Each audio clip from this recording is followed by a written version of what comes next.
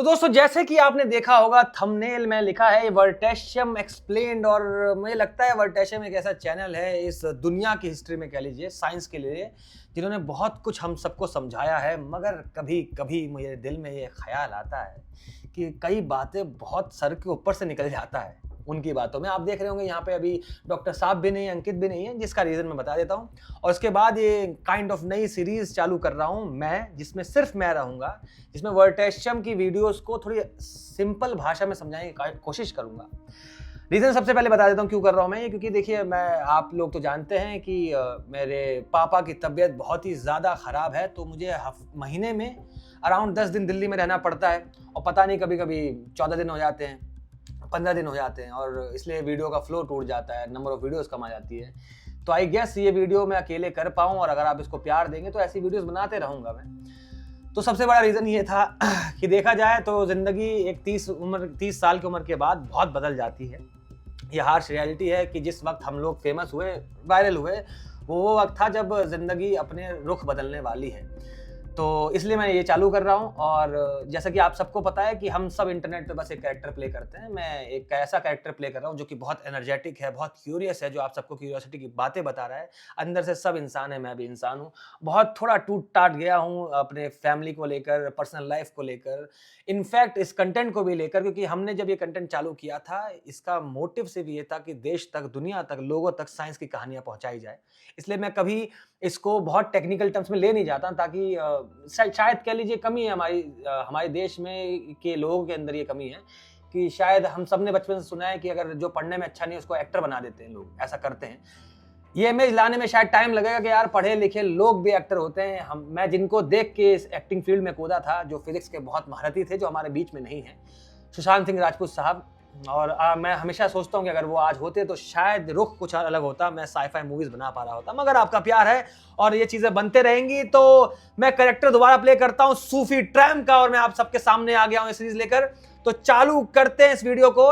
ये पहली वीडियो होने वाली है वर्टेशियम की। एक वीडियो मैंने देखी थी उनकी, जिसका टाइटल है, मैं लिख रखा है यहाँ पर, कि the tiny donut that prove we still don't understand mathematics. ये वीडियो इतनी मुश्किल थी कि जिसको समझना थोड़ा मुझे बहुत ज़्यादा मुश्किल लगा, 3-4 बार देखनी पड़ी। अगर आपने भी देखी है, नहीं भी देखी है, तो इस वीडियो को देखने के बाद ज़रूर देखना, आप समझेंगे कितने तोते उड़ते हैं चीज़ों को आसान भाषा में बताने के लिए। तो सबसे पहले ये वीडियो थी किस बारे में? ये वीडियो ये बता रही थी हम सबको कि यार क्या मैथमेटिक्स सिर्फ एक टूल है या फिर एक अंडरलाइनिंग रियलिटी है समाज की, दुनिया के, ब्रह्मांड की। तो वीडियो कैसे कैसे चालू होती है, कहां तक जाती है, वह उसी फ्लो में जाऊंगा। तो सबसे पहला सवाल ये उठाती है वीडियो कि क्या सही में इलेक्ट्रिसिटी या इलेक्ट्रिज्म और मैग्नेटिक फील्ड को हम समझ पाए हैं? क्या हम मैग्नेटिक फील्ड को समझ पाए हैं? सबसे बड़ी बात तो इससे वो चालू करते हैं कि वीडियो चालू होती है कि अगर आप स्पेस में और आपने एक इलेक्ट्रॉन की गन फायर कर दी, इलेक्ट्रॉन बीम जा रही है, तो क्या वो बिना किसी इलेक्ट्रिक और मैग्नेटिक फील्ड के प्रेजेंस के बिना भी वो डिफ्लेक्ट हो सकती है? क्योंकि इलेक्ट्रॉन को डिफ्लेक्ट होने के लिए 3 चीज़ें चाहिए। सिंपल सी बात है, अगर स्पेस में हो गया तो क्या चाहिए? इलेक्ट्रिक फील्ड चाहिए, मैग्नेटिक फील्ड चाहिए, या तो ग्रेविटेशन चाहिए। मगर एक ऐसे जगह जहां पर ये तीनों ही प्रेजेंस नहीं है, तो क्या तब भी उसके अंदर इन्फ्लुएंस आ सकता है? सबसे बड़ा सवाल पूछती है। उसके बाद हम जाते हैं कैसे कैसे अनफोल्ड होती है वीडियो कि देखिए, सबसे पहले चालू ये होने वाले मैग्नेटिज्म को समझने से पहले हम समझते हैं कि दुनिया चल कैसे रही थी। दुनिया चालू हुई थी और आज भी चल ही रही है इस बात पर कि हम रियलिटी को समझ सके। और हमारे सामने सबसे पहले जो रियलिटी आती है कि कोई भी चीज जमीन पर गिरती है, ग्रेविटेशन काम करती है। और न्यूटन साहब से वीडियो चालू होती है कि यार न्यूटन ने एक दुनिया को सबसे बड़ी चीज दी थी, ग्रेविटेशनल फोर्स के बारे में बताया था। और फोर्स हम सबको पता है Gm1m2/r² होती है। और आप देखो फोर्स से कैसे मुश्किलातें आती है दुनिया में सॉल्व करने के लिए, कि फोर्स जो है एक वेक्टर क्वांटिटी है। वेक्टरों के साथ दिक्कत यह कि जब आप वेक्टर को ऐड करने जाते हो तो आप सिंपल एडिशन नहीं कर सकते हो, वहां पर आपको वेक्टर्स रूल अप्लाई करने पड़ते हैं, सब्ट्रैक्शन और एडिशन के, जो आप देख सकते हैं उसमें जो हम काइंड ऑफ पैरेललोग्राम बनाते हैं सॉल्व करने के लिए, जो फॉर्मूला है, ठीक है। लेकिन वेक्टर्स कितने मुश्किल हो जाते हैं, जो वीडियो बताती भी है कि क्या 3 ऑब्जेक्ट जब ब्रह्मांड में हो, जिसको हम कहते हैं 3 बॉडी प्रॉब्लम, क्या हम वेक्टर्स का इस्तेमाल करके 3 बॉडी प्रॉब्लम को सॉल्व कर पाएंगे? तो ये बताती है कि आप देखो यार, अगर दुनिया में ब्रह्मांड में सिर्फ 3 ऑब्जेक्ट भी हुए तो उनकी ग्रेविटेशनल फोर्सेस की एडिशन करना और उसको फ्यूचर जानना इतना अनप्रेडिक्टेबल हो जाता है कि आप कभी जान नहीं सकते हो। 3 बॉडी प्रॉब्लम आज तक, बाय द वे, एक मैथमेटिशियन ने प्रूव भी कर दिया इस बात को कि 3 बॉडी प्रॉब्लम को कभी भी सॉल्व नहीं किया जा सकता है। यह सबसे बड़ी बात होती है। तो अगर 3 बॉडी प्रॉब्लम सॉल्व नहीं किया जा सकती, रीजन तो खैर बाद में समझ में आया कि हम सॉल्व नहीं कर सकते, मगर इनिशियली साइंटिस्ट मैथमेटिशियन क्या कर रहे थे, उसके अंदर अप्लाई करना चाह रहे थे कुछ कि क्या हम 3 बॉडी को सॉल्व कर पाएंगे, यानी कि क्या हम वेक्टर्स को हटा के कुछ ऐसी चीज लेके आ सकते हैं जो कि बहुत सिंपल हो। हम सब ने स्कूल्स में पढ़ा है, हमने किताबों में पढ़ा है कि हम बहुत टेक इट फॉर ग्रांटेड लेते हैं कि यार देखो एक ग्रेविटेशनल फोर्स होती है, मगर एक पोटेंशियल टर्म हमने सुनते हैं। पोटेंशियल जो है वो स्केलर होता है। तो ये सोचा किसने था? सबसे पहले साइंटिस्ट, मैथमेटिशियन का नाम आता है जोसेफ लुइस लैग्रांज, जिन्होंने क्या किया, उन्होंने किसी भी मास के अराउंड, बस ब्रह्मांड में मान लो सिर्फ एक ऑब्जेक्ट पड़ा है, मास पड़ा है, उसके अराउंड उसने एक मैथमेटिकल टर्म दे दी कि उसके अराउंड उन्होंने नंबर दे दिए कि यार जितनी तुम दूर दूर जाते जा रहे हो, ग्रेविटेशनल पोटेंशियल कम होते जा रहा है, ठीक है। और जब उसको हम सिमेट्री में लेके आते, ज्योमेट्री के अंदर लेके आते, तो आपने वीडियो में देखा होगा, उन्होंने एक ग्रेविटेशनल वेल दिखाया था। वेल दिखाते हैं कि यार एक ऑब्जेक्ट के आसपास जो है पोटेंशियल को आप ऐसे शो कर सकते हो कि अगर मैंने एक मास को रख दिया किसी जगह पर, तो उसकी पोटेंशियल, ग्रेविटेशनल पोटेंशियल कुछ कौन शेप में आ जाएगी, ठीक है। तो वीडियो यहां से चालू होती है। अब अगर उसका हम टॉप व्यू देखेंगे तो देखेंगे कि यार अगर हम वो जो फनल बना है उसके किसी भी पॉइंट पे अगर मैं वेक्टर ड्रॉ करूं, वो वेक्टर किस बिना पे ड्रॉ होगा? वो वेक्टर इस बिना पे ड्रॉ होगा कि उसका काइंड ऑफ स्लोप कितना है, स्टीपनेस कितनी है। और जब मैं उसको टॉप व्यू से देखता हूं, जैसे वीडियो में दिखाया गया है, तो एक नया टर्म लेके आ सकता है वो, जो ग्रेविटेशनल फील्ड है। अब आप समझे यहां पर उसने क्या किया, एक ऐसी क्वांटिटी जो कि है स्केलर, यानी कि ग्रेविटेशनल पोटेंशियल, वो आपको दे रही है एक वेक्टर क्वांटिटी, यानी कि ग्रेविटेशनल फील्ड। जब आपको ग्रेविटेशनल फील्ड का फॉर्मूला दिख जाएगा, तो यानी कि स्केलर चीजें हम इस्तेमाल कर सकते हैं वेक्टर चीजों को समझने के लिए, यानी कि ग्रेविटेशनल पोटेंशियल से हम वेक्टर को समझ सकते हैं, क्योंकि हमें इमीडिएट दुनिया में वेक्टर दिखते हैं, ग्रेविटेशनल फोर्स दिखती है, हमें पोटेंशियल नहीं दिखती है। पोटेंशियल जो आया था, ग्रेविटेशनल पोटेंशियल यहाँ पे जो लैग्रांज ने लाना चाहा था, वो सिर्फ एक मैथमेटिकल टूल के फॉर्म में लेके आना चाहा था। इसके बाद हम देखते हैं कि अगर ग्रेविटी के पास एक मैथमेटिकल टूल आ चुका है पोटेंशियल का, ग्रेविटेशनल पोटेंशियल का, तो क्या इलेक्ट्रिक फोर्सेस में आ सकता है? बिल्कुल आ सकता है। लेकिन अंतर क्या है यार? देखिए, ग्रेविटी, एक खासियत है ग्रेविटी की, वो हमेशा अट्रैक्टिव है, मगर इलेक्ट्रिक फोर्सेस अट्रैक्टिव भी है और रिपल्सिव भी है। तो जैसे कि ग्रेविटेशन के लिए हमने वेल बनाया था, अब यहां पर ऐसा नहीं होगा। चार्जेस के अराउंड पोटेंशियल फील्ड होंगे, पोटेंशियल होगा, लेकिन अब सिर्फ और सिर्फ वेल नहीं होगा, वेल ही नहीं होगी, हिल भी होगा। तो आप देखते हैं कि हमने इलेक्ट्रिकल फील्ड को, इलेक्ट्रिकल फोर्सेस को किस वे में हमने पोटेंशियल के फॉर्म में बांटा। तो यहां पर सिर्फ ये क्या चल रहा है, अभी आपने वीडियो में भी देखा होगा, यहां तक मैं आपको समझा रहा हूं कि यहां पर सिर्फ बातें चल रही है कि ऐसे मैथमेटिकल टूल का इस्तेमाल करने का जिससे आप रियलिटी को इजीली सॉल्व कर सको, क्योंकि हमें पता है कि पोटेंशियल जो है उनको किसी भी पॉइंट पे ऐड किया जा सकता है। पोटेंशियल एक स्केलर क्वांटिटी है, और पोटेंशियल इवेंचुअली आपको क्या दे रही थी, जैसे वीडियो में भी बताया गया और यहां भी बता रहे हैं कि पोटेंशियल से आप ग्रेविटेशनल फील्ड निकाल सकते हो। ग्रेविटेशनल फील्ड एक वेक्टर क्वांटिटी है, और ग्रेविटेशनल फील्ड का इस्तेमाल करके आप फोर्स निकाल सकते हो। यानी कि एक मैथमेटिकल टूल जो कि बहुत इजी है इस्तेमाल करने के लिए, उससे आप रियलिटी जो हमारे पास दिख रही है, फोर्सेस, उस तक आ सकते हो बहुत इजीली। इसलिए भी अगर आप पढ़ते हैं, मैकेनिक्स पढ़ते हैं, तो हम एक देखते हैं, यार देखो, आपने भी अगर 11th में पढ़ा होगा, तो हम कंजर्वेशन ऑफ एनर्जी का इस्तेमाल करते हैं मोशन जानने के लिए, फोर्स, वेलोसिटी जानने के लिए, कि मान लीजिए एक ऑब्जेक्ट है, वो किसी पॉइंट पर रखा हुआ है, उसको मैं छोड़ता हूं तो नीचे आने के बाद उसकी स्पीड कितनी होगी। यहाँ पे आप देखिए, आप एनर्जी का इस्तेमाल करते हैं। एनर्जी एक स्केलर क्वांटिटी है जो कि बहुत इजीली सॉल्व हो जा रही है। यहाँ पर बेसिकली हम एनर्जी ना लेके अगर फोर्सेस पे जाते तो कितना मुश्किल हो जाता सिचुएशन, कि भैया आप देख रहे हैं कि ऊपर उसको ग्रेविटेशनल फोर्स लग रही है, जैसे जैसे बॉल नीचे आ रही है उसमें फ्रिक्शन भी लग रहा है, ग्रेविटी भी लग रही है, और उनकी डायरेक्शन चेंज होते जा रहे हैं। तो क्या आप पूरे के पूरे पाथ पे सारे फोर्सेस का इस्तेमाल करके, एक्सेलरेशन कैलकुलेट करके, हर पॉइंट दर पॉइंट कैलकुलेट करके फाइनल वेलोसिटी ला पाते? ला तो देते, लेकिन मैथमेटिक्स आपका दिमाग खराब कर देती। यानी कि हमने अब तक देखा कि लैग्रेंजियन के इस्तेमाल करके हम एक ऐसी दुनिया में आ गए, एक ऐसा मैथमेटिकल टूल हमारे हाथ में आ गया जिससे कि हम रियलिटी बता सकते हैं। लैग्रेंजियन ने आके हमारे को क्या दे दिया? इलेक्ट्रिक फोर्सेस को इजीली सॉल्व करने के लिए हमें इलेक्ट्रिक पोटेंशियल दे दिया और ग्रेविटेशनल पोटेंशियल दे दिया। मगर दिक्कत चालू होती है मैग्नेटिज्म में आगे।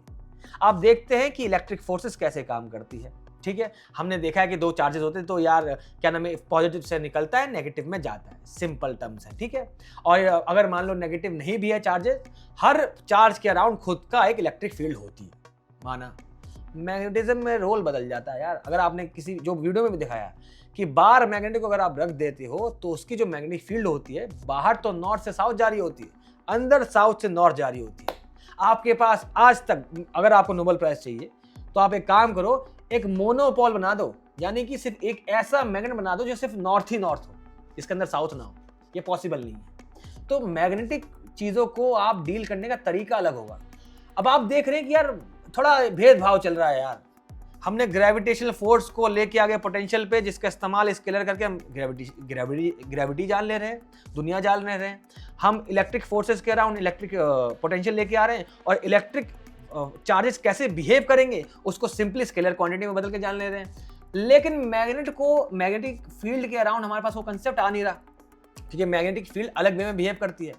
तब आते हैं एक मैथमेटिशियन जिन्होंने क्या किया, बाय द वे इसमें साइंटिस्ट का नाम, मैथमेटिशियन का नाम उन्होंने बताया था कि सीमन डेनिस पॉइजन ने ये कंसेप्ट को लेके आए थे। बाय द वे इलेक्ट्रिसिटी पे लेके आए थे। जो लैग्रांज ने ग्रेविटी में काम किया था वो पॉइजन ने आके इलेक्ट्रिक फोर्स चार्जेस में काम करवाया हुआ। अब विलियम थॉमसन एक बंदा आता है जिसको हम आगे चल के लॉर्ड केल्विन नाम से जानते हैं, जो वीडियो में पूरी स्टोरी है।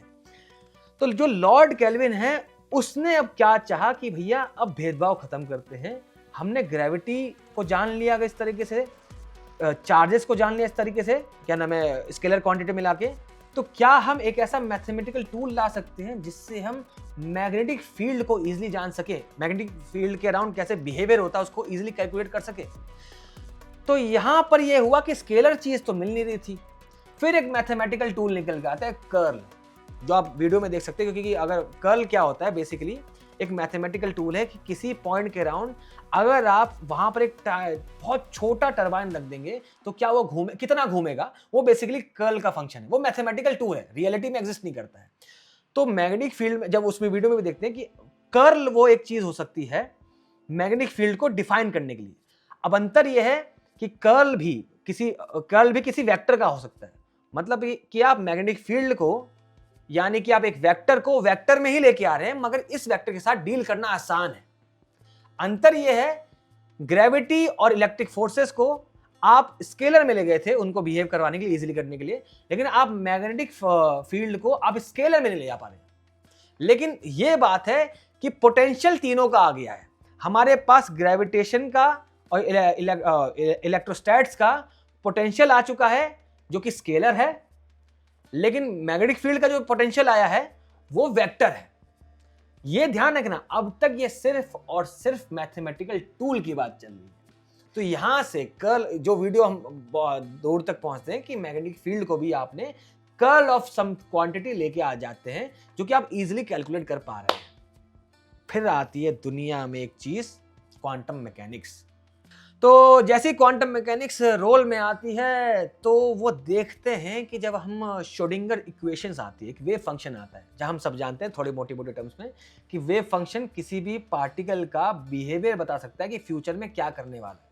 बेसिकली वेव फंक्शन एक ऐसी मैथमेटिकल इक्वेशन है जो आपको आज आप क्या हो, कल आप क्या थे और भविष्य में क्या होने वाले, वो सब डिफाइन हो जाती है।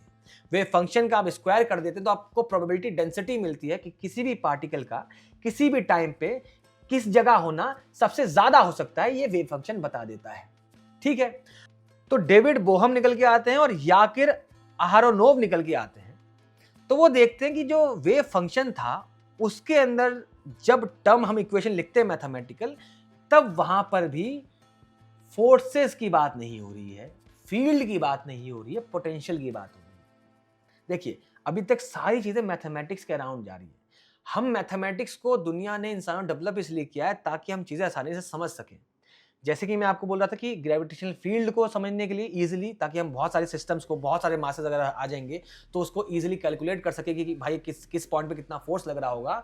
हम ग्रेविटेशनल फील्ड के साथ जाएंगे तो मुश्किल हो जाएगा, तो उसको स्केलर में लेके आया, पोटेंशियल में लेके आया। अब पोटेंशियल से हम फील्ड में आ सकते हैं।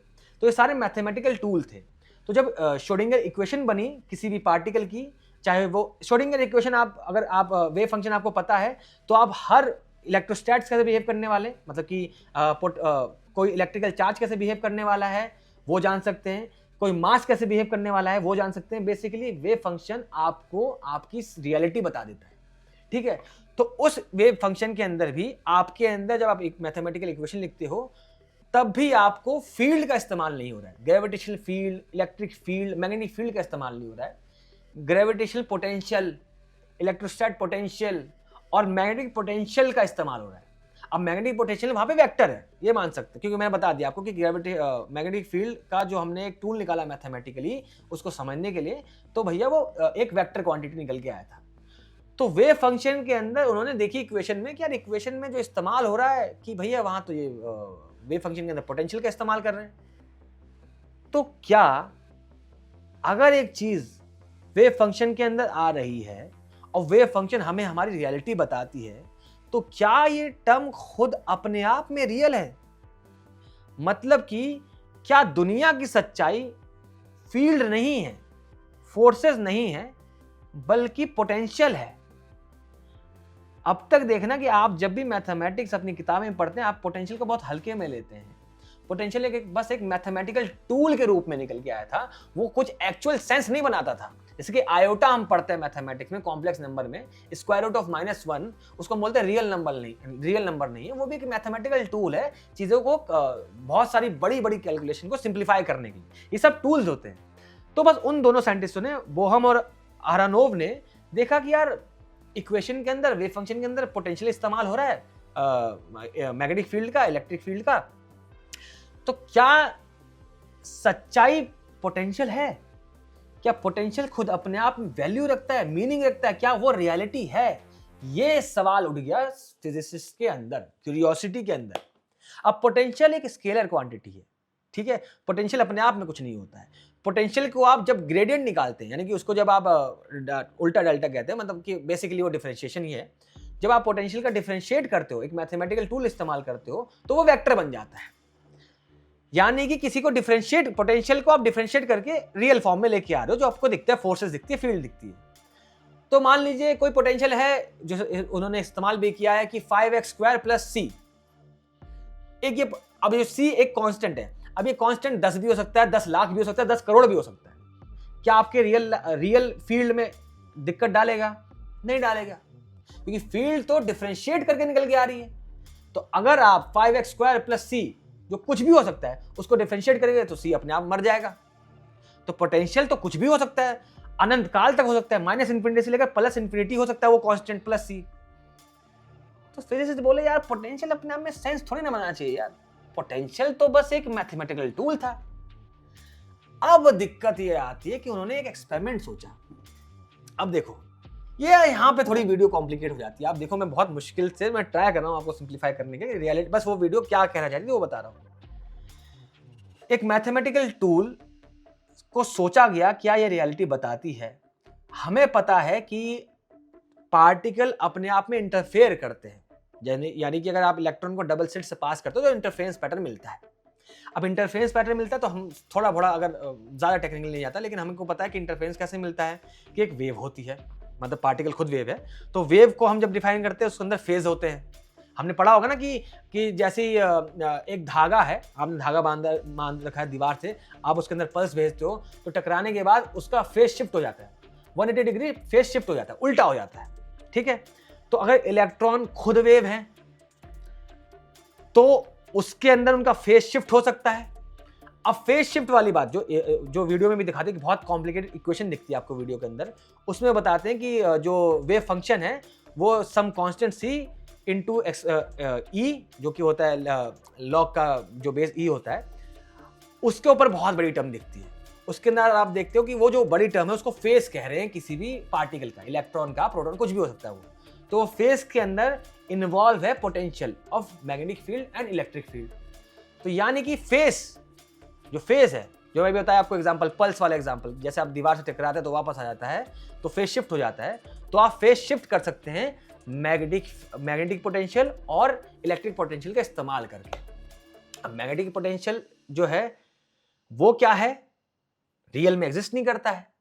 ठीक है, तो इन दोनों ने मिलके एक थॉट एक्सपेरिमेंट दिया हमारे सामने कि अगर ऐसा हो कि बीच में एक इन्फिनाइट लॉन्ग सोलेनॉइड होगा, उसके बाहर तो फील्ड नहीं होगी, पोटेंशियल एग्जिस्ट करता होगा, तो भैया इंटरफेरेंस शिफ्ट होगा।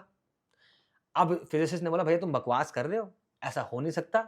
इनफैक्ट नील बोर जो है, जो फाउंडिंग मेंबर है मान लीजिए क्वांटम मैकेनिक्स से, वो भी बोल रहे थे यार क्या बातें हो रही हैं यार, ये मतलब ये अजीब सी बात है, रियलिटी ऐसी नहीं होनी चाहिए ना। क्वांटम मैकेनिक्स के अंदर एक टर्म निकल के आया जिसके फाउंडर मेंबर बोर भी इस बात को यकीन करने से बच रहे थे कि भैया ये नहीं हो सकता है, प्लीज ये नहीं होना चाहिए, फील्ड एग्जिस्ट नहीं करना, पोटेंशियल एग्जिस्ट नहीं करना चाहिए, फील्ड ही रियलिटी है। अब एक ही बात रह गई, अब साबित करना पड़ेगा ये एक्सपेरिमेंट करके। तब एक इंसान, मैं फिजिसिस्ट का नाम भूल गया, जिन्होंने ये एक्सपेरिमेंट किया था, उन्होंने क्या किया, उसको नाम दिया गया था द चेंबर एक्सपेरिमेंट। उन्होंने क्या किया कि एक बहुत पतली आयरन की रॉड ली, बहुत पतली, ठीक है, उसके अराउंड उन्होंने मैग्नेटिक फील्ड बनाई जिसके बाहर मैग्नेटिक फील्ड नहीं होगी, और उस पर ये एक्सपेरिमेंट दोहराया गया और देखा गया जो ये दो अलग अलग इलेक्ट्रॉन की बीम जा रही थी वो आगे चल के इंटरफेरेंस कर रही थी। जैसे ही मैग्नेटिक फील्ड ऑन हुई, मतलब ये इस टाइनी वायर में से करंट डाला गया, मैग्नेटिक फील्ड बनी, बाहर फील्ड नहीं थी लेकिन पोटेंशियल था, उस वजह से शिफ्ट आ गया इंटरफेरेंस पैटर्न में, ऊपर हो गया वो। यानी कि फील्ड रियलिटी नहीं है, पोटेंशियल रियलिटी है। ये एक्सपेरिमेंट, द चेंबर एक्सपेरिमेंट, इस बात को साबित कर रहा था। मगर फिर फिजिसिस्ट ने आके बोला भैया तुम बकवास कर, क्यों कि जो आपने वायर बनाई है जिसको आप कह रहे हो कि भैया आसपास तो फील्ड नहीं होगी, मैग्नेटिक फील्ड नहीं होगा, लेकिन यार रियलिटी है ना, रियल में ऐसा पॉसिबल नहीं है, कुछ ना कुछ तो मैग्नेटिक फील्ड लीक कर रही होगी। जो इलेक्ट्रॉन का इंटरफेरेंस ऊपर नीचे शिफ्ट कर रहा है, उस इफेक्ट को एक नाम भी दिया गया था जिसका नाम था अहरोनोव-बोहम इफेक्ट, इन दोनों साइंटिस्ट के ऊपर। तो ये दिक्कत आ रही थी। फिर आते हैं जापानीज, मुझे लगता है भैया दुनिया में बहुत ज्यादा प्रिसीजन में काम करते हैं, सब कुछ बना देते हैं। तो वहां पर आके एक फिजिसिस्ट थे जिनका नाम है अकीरा तोनोमुरा। उन्होंने एक डोनट एक्सपेरिमेंट किया। डोनट एक्सपेरिमेंट किया था कि एक बहुत छोटा सा डोनट शेप का मैग्नेट है, वो टोरॉइडल होता है जिसके वजह से बाहर मैग्नेटिक फील्ड नहीं, हम पढ़ते हैं कि टोरॉइड के बाहर मैग्नेटिक फील्ड नहीं होती, परफेक्ट अगर टोरॉइड हुआ तो वो ले सकते हैं। और उसको उन्होंने क्या कर दिया, उस डोनट को कोट कर दिया एक सुपर कंडक्टिंग मटेरियल से, जस्ट फॉर सेफ साइड, कि भैया देखो साइंटिस्ट हो, फिजिसिस्ट देखो भैया अब तो बिल्कुल बाहर नहीं हो सकती मैग्नेटिक फील्ड। ठीक है, अब क्या किया गया, जो इस वीडियो में बताया गया था कि फिर से दो इलेक्ट्रिक बीम डाली गई, एक इलेक्ट्रिक बीम को उस डोनट के थ्रू पास किया गया और एक को नहीं किया गया। अब देखो डोनट के अराउंड जो मैग्नेटिक पोटेंशियल होगा वो अंदर की ओर, ऊपर की ओर पॉइंट कर रहा होगा, और इस डोनट के बाहर की ओर, नीचे की ओर पॉइंट कर रहा होगा।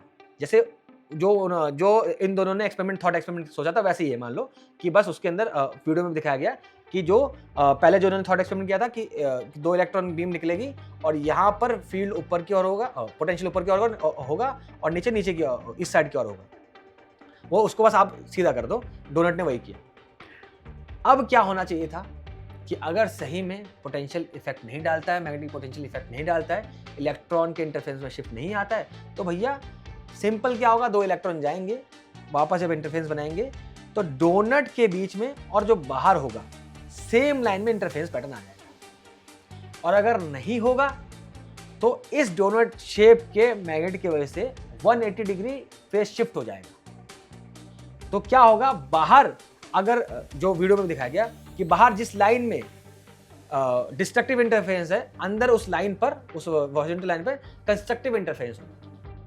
और जब एक्सपेरिमेंट किया गया तो देखा गया ये सही में फेज शिफ्ट हुआ है, सही में बिना मैग्नेटिक फील्ड के भी चीजें अपना रूप बदल दे रही है। यानी कि सही में जो अब तक हम एक मैथमेटिकल टूल देख रहे थे जिसको हम फील्ड कह रहे थे, ग्रेविटेशनल मैथमेटिकल टूल देख रहे थे जिसको हम पोटेंशियल कह रहे थे, वो सही में इफेक्ट डाल रहा है।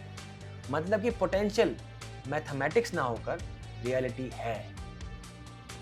यहां ये वीडियो बहुत बड़े सवाल उठा देती है जिसको हम, मतलब फिजिसिस्ट आज भी दो गुट में बटे हैं कि यार ये सब चीजें तो बस हमने इजी करने के लिए आई थी ना, मैथमेटिक्स थी बस ये रियलिटी नहीं हो सकती। अब यहां पर मुझे लगता है कि यार अगर इंसान मैथमेटिक्स डेवलप कर रहा है तो इंसान नहीं बना रहा मैथमेटिक्स, ये बहुत बड़ी स्टेटमेंट बोल रहा हूं, मैथमेटिक्स ऑलरेडी यूनिवर्स में है, हम बस उसको डिस्कवर कर रहे हैं और उन्हीं मैथमेटिक्स पे दुनिया बनी है। हमको लग रहा है कि हम मैथमेटिकल टूल का इस्तेमाल करके कैलकुलेशन इजी कर रहे हैं, ऐसा नहीं है। हम बस उस चीज को डिस्कवर कर रहे हैं, वो ऑलरेडी नेचर में एग्जिस्ट करता है। मैथमेटिक्स के हिसाब से ही यूनिवर्स काम कर रहा है। अगर मैथमेटिक्स का एक टूल इस्तेमाल करके आप अपनी कैलकुलेशन इजी कर रहे हो तो वही चीज नेचर ने भी इस्तेमाल करी है और अपने आप को शेप किया और रियलिटी बनी है। इसलिए छोटा स्टेटमेंट नहीं कि mathematics is the language of God, इसी लैंग्वेज का इस्तेमाल के ब्रह्मांड बना है शायद, क्योंकि ये एक्सपेरिमेंट तो वही साबित करता है कि फील्ड सच्चाई नहीं है, पोटेंशियल सच्चाई है, जो एक मैथमेटिकल बस टूल था हमारे लिए। इसी वजह से वीडियो एंड में आती है कि दो ग्रुप में बट चुके हैं लोग, फिजिसिस्ट भी दो ग्रुप में बट चुके हैं। जो एक कैंप है वो ये मानता है कि यार जो है रियलिटी, अंडरलाइनिंग रियलिटी फील्ड नहीं है, पोटेंशियल है। मतलब कि ग्रेविटेशनल फील्ड या फोर्सेस, जो आपको समझाने के लिए, फोर्सेस रियलिटी नहीं है, हम ग्रेविटेशनल फोर्स एक्सपीरियंस कर रहे हैं, ये बाय प्रोडक्ट है पोटेंशियल का। Main reality, underlining reality of this universe is potential, हमें एक्सपीरियंस फील्ड हो रही है। ये एक कैंप बन चुका है पूरा कि भैया basic understanding and reality of this universe is potential, क्योंकि क्वांटम मैकेनिक्स के एक इक्वेशन में पोटेंशियल निकल के आया था। अब बस उस इक्वेशन को ट्राई कर रहे थे तो रियलिटी निकल के आ गई। तो साइंटिस्ट मान चुके हैं कि भैया ये जो है ना, हमारा ब्रह्मांड जो की रियलिटी जो है वो पोटेंशियल पे है, ठीक है, स्केलर क्वांटिटी पे है।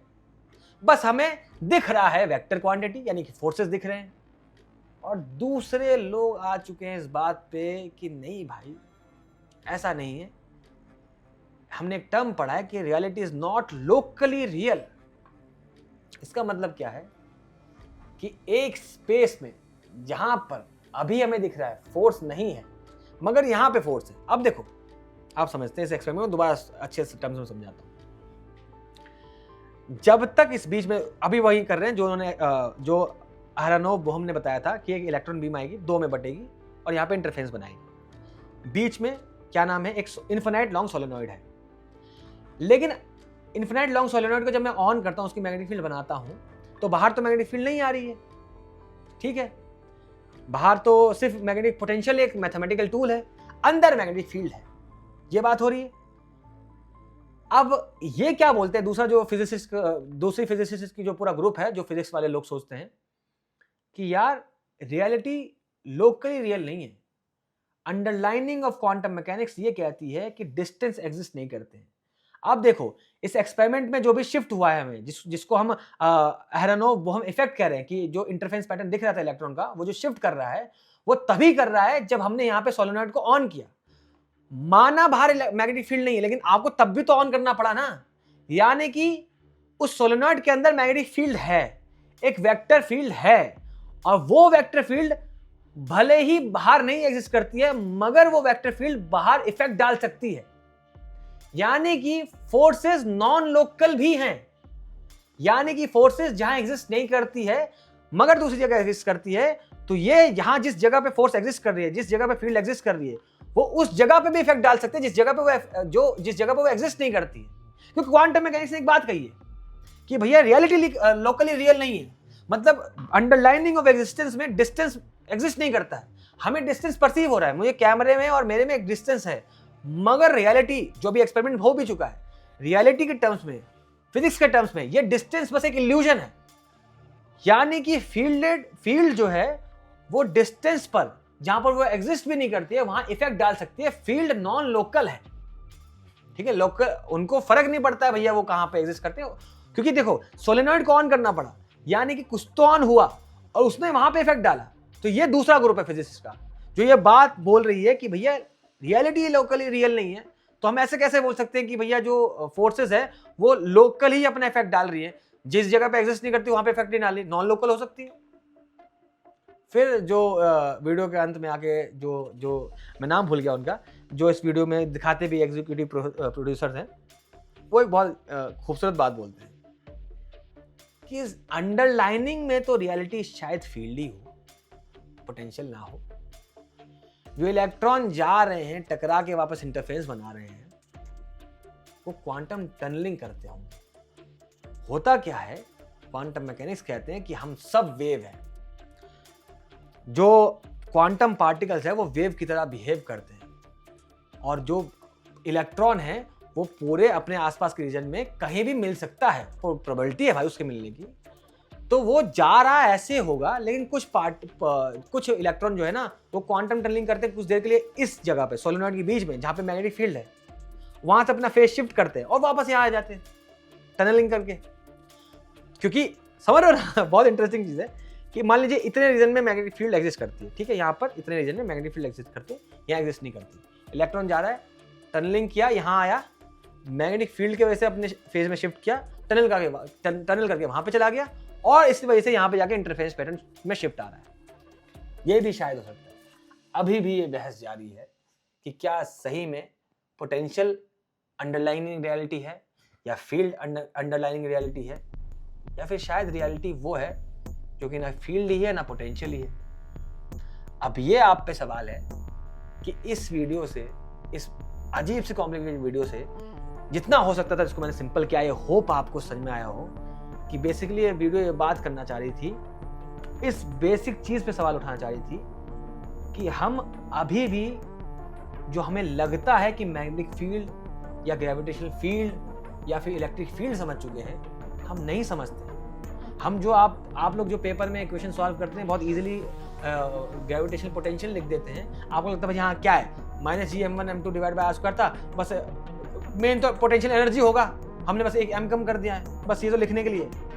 इसके पीछे एक रीजन था मैथमेटिक्स को इजी करने का, मगर वो मैथमेटिक्स को इजी करते करते हमने ये जाना कि वो मैथमेटिक्स इजी नहीं होती, बल्कि वो रियलिटी में भी चेंज ला रही है। तो वीडियो इसी बारे में थी, वर्टेशियम की वीडियो ये थी कि हम कुछ भी नहीं समझ पाए अब तक। अभी भी डिबेट चालू ही है और शायद एक दिन निकल के आएंगे साइंटिस्ट और फिजिसिस्ट जो हमें एक डीपर अंडरस्टैंडिंग बता देंगे।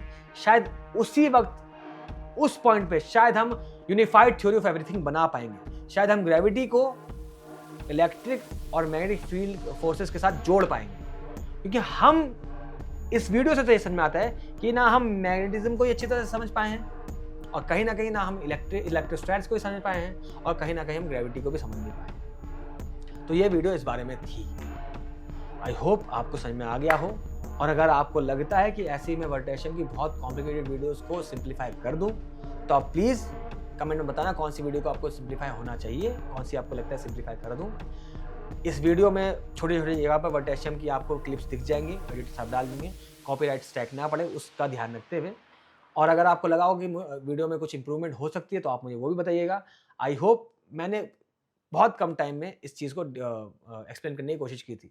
मैं जानता हूँ ये सब चीज़ें जो मैं भी अभी इस वाली चीज़ के साथ कर रहा हूँ, वो डेंजर ये इन्वॉल्व करती है कि मुझे शायद लोग टीचर समझने लगे, जिस चीज़ से मैं हमेशा बचना चाहता हूँ। मगर ठीक है, मैं तो अकेला ही चला था जाने बे मंजिल, मगर लोग जुड़ते गए और कारवा बनता चला गया। तो एक दिन किसी ना किसी डायरेक्टर को दिखेगा कि यार बहुत हो गया बॉलीवुड में, खून खराबा वाली मूवी, ये बकवास मूवी, ये इररेलेवेंट, मारो एक दूसरे को और हीरो दिखो, ये सिगरेट पीते हुए निकलो और दिख गए। मैंने एक फोटो डाली सिगरेट पीते हुए, लोग हो रहे थे अरे बाप रे सिगरेट पी रहे हो। अरे भाई पढ़ लिया अगर वो कैप्शन क्या लिखा था, मीनिंग कुछ और था।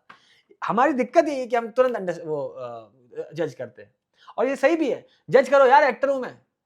फिजिक्स आती है इसका मतलब ये नहीं है कि मैं उस फील्ड से बिलोंग नहीं करता जिसको आप लोग को लगता है कि वो एक सिर्फ सो कॉल्ड जाहिल लोगों की फील्ड है। वो बहुत पढ़े लिखे लोग इन्वॉल्व हैं। हमारे सबसे बड़े न्यूक्लियर प्रोग्राम के जनक जो हैं, जो होमी भाभा हैं, डॉक्टर होमी भाभा, वो थिएटर एक्टर थे।